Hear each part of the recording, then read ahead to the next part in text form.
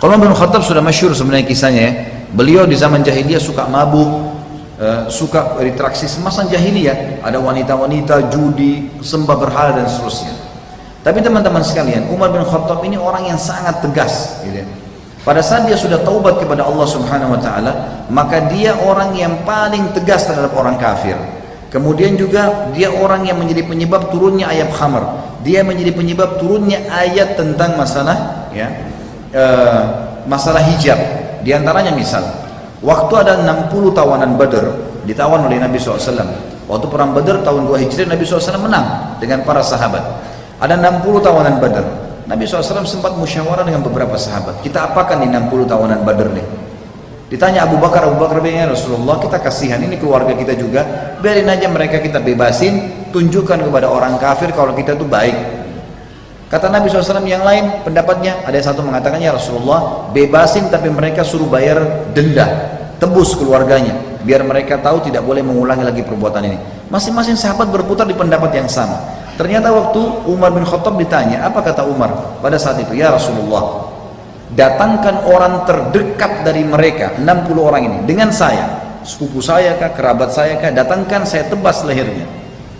Ya Rasulullah, datangkan kerabat terdekatnya Abu Bakar, suruh Abu Bakar tebas lehernya. Datangkan kerabat terdekatnya si fulan, tebas lehernya. Semua dibunuh nih. Kata Nabi SAW, kenapa hai Umar? Umar sebutkan alasannya, ya Rasulullah, 60 orang ini keluar dari Mekah, memang mau memerangi Islam. Kebetulan kita menang, kalau kita kalah kita sudah dibunuh sama mereka. Dan harus kita tunjukkan ketegasan kepada orang kafir yang seperti ini. Ini bukan orang kafir yang tinggal sekota dengan kita. Ini orang-orang kafir yang keluar ingin memerangi Islam. Maka Nabi SAW waktu itu lebih cenderung dengan pendapat sahabat yang lainnya. Umar tidak diterima pendapatnya. Subhanallah, besok paginya menjelang subuh, Umar adalah habis sholat malam, biasanya beliau ke masjid sebelum azan subuh, bertemu dengan Nabi SAW. Beliau menemukan Abu Bakar sama Nabi SAW sedang menangis. Maka kata Umar, ya Rasulullah, wahai Abu Bakar, apa yang membuat kalian menangis? Beritahukan kepada saya supaya saya ikut menangis. Karena beliau ingin, tidak mungkin dua orang ini menangis kecuali masalah berat. Kata Nabi SAW, wahai Umar, telah turun firman Allah menyetujui pendapatmu. Kalau bukan karena takdirnya Allah, kita semua akan dihukum kecuali Umar. Maka Umar menangis pada saat itu. Luar biasa ini. Ayat turun membenarkan perilakunya Umar, gitu kan? Padahal sebelum Islam teman-teman, dia selalu bersahabat dekat dengan Umar bin Amr bin Hisham, Abu Jahal. Abu Jahal punya budak-budak Islam, itu Abu Jahal kalau siksa budaknya, Umar datang menyiksa mereka, memukul budak-budak Muslim itu, gitu kan? Sampai sampai malam Umar berkata, saya berhenti siksa kamu. Pada orang Islam, saya berhenti siksa kamu karena saya capek saja, bukan karena saya mau berhenti siksa kamu, bukan karena kesian, tidak. Umar bin Khattab pernah berjaga-jaga malam di Mekah. Jadi Mekah itu teman-teman, kalau meja seperti meja ini kota Mekah, pintu masuknya dan pintu keluar cuma satu. Bisa di posisi saya ini, daerah selatan kota Mekah. Kiri kanannya gunung, di belakangnya tembok yang tinggi. Nggak bisa orang keluar masuk Mekah kecuali dari pintu ini. Dan kaum muslimat itu didesak, dikepung, tidak boleh berdakwah. Kalau ada yang berdakwah digebukin sampai dibunuh. Boleh dibunuh orang Islam yang mendakwah pada saat itu. Kalau ada orang dari luar Mekah tanya tentang mereka, digebukin orang yang tanya itu. Mereka juga nggak boleh keluar dari Mekah, gitu kan? Jadi luar biasa, diisolasi, nggak bisa buat apa-apa. Sampai akhirnya Nabi SAW bilang kepada para sahabat, coba ya keluarlah kalian dari Mekah, silakan keluarlah. Maka keluarnya waktu itu ke Ethiopia, ke Habasyah namanya. Ada satu perempuan dari suku Adi, namanya Ummu Abdillah. Suku Adi ini sukunya Umar bin Khattab. Perempuan ini karena tahu malam itu kebetulan yang berjaga-jaga di pintu gerbang Umar ini sangat tegas. Dibunuh orang, kalau dia nggak suka dibunuh sama dia. Maka Ummu Abdillah naik gunung teman-teman sekalian, gendong anak kecil namanya Abdullah, gendong anak kecilnya naik gunung ini tinggi, turun sampai ke bawah. Kebetulan Umar bin Khattab ini dari pintu gerbang keliling lewat gunung itu, dilihat Ummu Abdillah turun menjelang subuh, turun dari gunung. Dia kaget, dia bilang, Ummu Abdillah? Kata Ummu Abdillah, iya. Kata Umar, apa yang membuat kau naik gunung, turun gunung, bawa anak kecilmu? Kata Ummu Abdillah, wahai Umar, kalian ini kenapa melarang kami ibadah di Mekah? Kami juga mau keluar dilarang. Saya naik gunung karena kalian larang, kalau lewat pintu gerbang kau akan membunuh saya. Kata Umar, tidak akan sampai begitu, tapi pergilah. Kau mau kemana? Dia bilang, saya mau ke Ethiopia, mau hijrah, mau beribadah. Kata Umar, semoga keselamatan menyertaimu. Pergilah Ummu Abdillah ini. Ternyata karena Umar sempat ajak ngobrol, sahabat-sahabat yang lain yang mau hijrah sudah nunggu di ujung lembah. Begitu Ummu Abdillah dekat, mereka tanya, wahai Ummu Abdillah, dari mana kamu? Kenapa telat? Kata dia, tadi saya turun gunung gitu kan. Apakah ada orang yang lihat kamu? Dia bilang nggak ada kecuali Umar gitu. Kata-kata kecuali Umar, orang-orang pada tahu Umar itu musibah besar gitu. Ini orang benci sekali dengan Islam gitu. Kata Umar Abdillah, tidak kok, dia doain saya kebaikan. Kata mereka, ada satu orang bilang, mungkin Abdillah kau penyebab Umar masuk Islam. Sahabat-sahabat serentak bilang, kalau Umar syahadat juga pasti unta bisa syahadat. Jadi saking mustahilnya, nggak mungkin gitu loh. Dia masuk Islam itu mustahil. Gitu. Apa yang terjadi teman-teman sekalian? Waktu Umar syahadat, dia masuk mau syahadat tersentuh hatinya baca ayat pertama sampai ayat 8 surat Thaha. Lalu dia masuk dengan baju perangnya. Nabi SAW pegang pundaknya, disentak.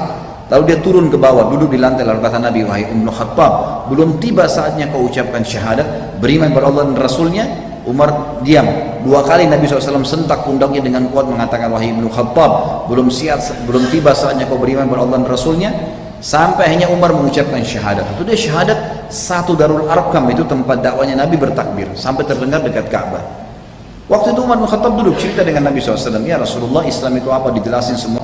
Selesai belajar, baru berapa menit belajar, kata Umar pertama apa? Ya Rasulullah, yang anda sampaikan ini benar, betul begitu? Dia bilang iya. Orang-orang Quraisy sembah berhala, salah kan? Salah. Kenapa kita di sini ya Rasulullah? Kita keluar perangi aja. Baru masuk Islam, dia sudah mau perangi orang-orang Quraisy. Nabi bilang, belum saatnya hai Umar. Lihat bagaimana orang yang taubat ya. Dia tahu dulu salah, sekarang ini sudah benar. Dia mempertahankan kebenaran. Padahal dulu ini buruk sekali. Benci Islam, sekarang perjuangkan Islam. Kata Umar, dia penasaran. Dia bilang sama orang-orang di situ, siapa di antara orang-orang Quraisy yang paling benci kalian, umat Islam, selain saya? Umar tahu dulu dia sangat benci dengan Islam. Kata para sahabat, temanmu Umar bin Amr bin Hisham, Abu Jahal gitu kan. Umar pergi ke rumahnya, ketuk rumahnya. Wahai Abu Hakam, dipanggil Abu Hakam, diketuk rumahnya. Lalu dibuka. Pas Abu Jahal buka, lihat Umar mau dipeluk, teman dekatnya. Kata Umar, sebentar dulu, kau udah tahu belum informasi? Gitu. Kata Abu Jahal, apa informasinya? Langsung Umar bilang, asyhadu an la ilaha illallah wa anna Muhammad Rasulullah. Syahadat depan temannya. Dan Abu Jahal tahu betul ini orang benci sekali dengan Islam. Abu Jahal tidak bisa berapa, kaget, dibanting pintu, dia cuma mengatakan tabban lak, kecelakaan buat kamu. Umar balik lagi ke Darul Arqam, tanya lagi sahabat, siapa orang yang tidak bisa simpan rahasia dari Quraisy? Jadi ini kalau kita sekarang media gitu kan, ini ahli gosip. Maka kata mereka, ya, Jamil bin Muammir. Kata Umar, di mana dia? Dekat Ka'bah. Abdullah bin Umar meriwayatkan kisah anaknya Umar bin Khattab radhiyallahu anhu ajma'in datang mengatakan, saya ikuti ayah saya, dia duduk di sebelahnya Jamil. Lalu Umar berkata, wahai Jamil, kau udah tahu belum informasi baru? Kata Jamil, apa itu? Dia bilang, asyhadu an la ilaha illallah wa anna Muhammad Rasulullah. Begitu Umar mengucapkan, kata Abdullah bin Umar, anaknya Umar meriwayatkan, Jamil demi Allah tidak lihat wajah ayah saya, berdiri lalu naik di atas sebuah batu teriak, Umar telah murtad. Satu Mekah datangi Umar, anak-anak muda di situ. Wahai Umar, apa benar kau murtad? Kata Umar, tidak, tapi asyhadu an la ilaha illallah wa anna Muhammad Rasulullah. Syahadat, gitu kan? Maka mereka mengeroyoki Umar dari pagi sampai maghrib. Pagi sampai malam dikeroyokin Umar, sampai Umar sudah capek, ditangkap satu orang tokonya, didudukan di tanah, diduduk di dadanya, ditusuk matanya. Kata Umar, kalau kau tidak suruh mereka berhenti mengeroyoki saya akan butain matamu. Maka akhirnya orang ini mengatakan, hai lepasi Umar, karena Umar gila, dia akan butain mata saya. Dibebasin. Besok Umar datang habis mandi keliling Ka'bah, teriak lagi, asyhadu an la ilaha illallah wa anna Muhammad Rasulullah. Diiklankan Islam. Orang keroyokin dari pagi sampai terbenam matahari, berantem terus. Terus capek, tangkap tokohnya satu orang Quraisy, jatuhin di tanah, dudukin dadanya, ditusuk dada matanya. Kau tidak melepaskan mereka, tidak suruh mereka bubar, saya butain matamu. Suruh bubar. Hari ketiga begitu lagi. Hari keempat Umar syahadat, gak ada yang berani lagi. Sudah gak ada lagi yang melawan Umar. Jadi luar biasa. Waktu mau hijrah dia teriak, pakai baju pedang, baju perangnya, bawa pedangnya, lalu dia tawaf. Orang-orang sudah tahu nih, Umar berarti mau keluar nih, mau kemana? Semua, kata Abdullah bin Mas'ud, kami semua hijrah ke Madinah dalam kondisi sembunyi-sembunyi kecuali Umar. Setelah tawaf dia mengatakan, wahai Quraisy, siapa yang mau istrinya jadi janda, ya, dan siapa yang mau anaknya jadi yatim, maksudnya dia mati, temui saya di belakang bukit ini karena saya mau hijrah ke Madinah. Dan tidak ada yang menemui Umar radhiyallahu anhu. Jadi sebelum Islam kita lihat buruk sekali, kan gitu. buruk. Jadi teman-teman, kalau ada orang yang pernah membunuh, pernah mencuri, pernah berbuat kejahatan apapun, seburuk apapun, mana ada yang lebih buruk daripada perbuatan ini seperti ini. Tapi subhanallah setelah hijrah berbeda. Jadi bukan aib kita mengatakan iya ini aku sekarang. Perubahan total. Umar dulu suka mabuk, lalu tiap hari dia berdoa, ya Allah turunkan ayat mengharamkan minuman ini, sampai turun ayat pengharaman khamr. Juga hijab. Kata Nabi SAW, kata Umar kepada Nabi SAW, ya Rasulullah, di rumah anda sering bolak-balik laki-laki datang bertanya, gitu kan, bertamu bertanya. Kalau seandainya anda turunkan hijab antara istri anda dengan tamu-tamu itu, maka turun ayat hijab membahas masalah itu. Ayat tentang jilbab, dan ada 13 kurang lebih ayat-ayat Al-Quran semuanya turun karena Umar radhiyallahu anhu. Dan beliau teman-teman sekalian sangat terkenal selain kekuatan imannya juga nasihat-nasihatnya. Contoh, Umar salah satu nasihat yang sangat menyentuh kalau misalnya membahas masalah taubat, dia bilang, jika engkau ingin mencelah, dia bilang setelah dia taubat, dia membahasakan ini, jika engkau ingin mencelah pada seseorang, jika engkau menemukan celah pada seseorang dan engkau hendak mencacinya, maka cacilah dirimu dulu, karena celahmu lebih banyak darinya. Jika engkau ingin memusuhi seseorang, maka musuhilah perutmu dulu, karena tidak ada musuh yang lebih berbahaya bagimu selain perutmu. Jika engkau ingin memuji seseorang, maka pujilah Allah, karena tidak ada seseorang yang lebih dalam memberi ya kepadamu dan lebih lembut dan santun padamu selain Allah. Jika engkau ingin meninggalkan sesuatu, maka tinggalkanlah kesenangan dunia, karena bila engkau meninggalkannya maka engkau akan terpuji. Bila engkau mau bersiap-siap untuk sesuatu, maka bersiap-siaplah untuk mati, karena jika engkau tidak bersiap untuk mati, engkau akan menderita, rugi dan juga penuh dengan penyesalan. Bila engkau ingin menuntut sesuatu, maka tuntutlah akhirat, karena engkau tidak akan memperolehnya kecuali engkau mengejarnya. Ini kurang lebih masuk Islamnya Umar dan bagaimana kiprahnya.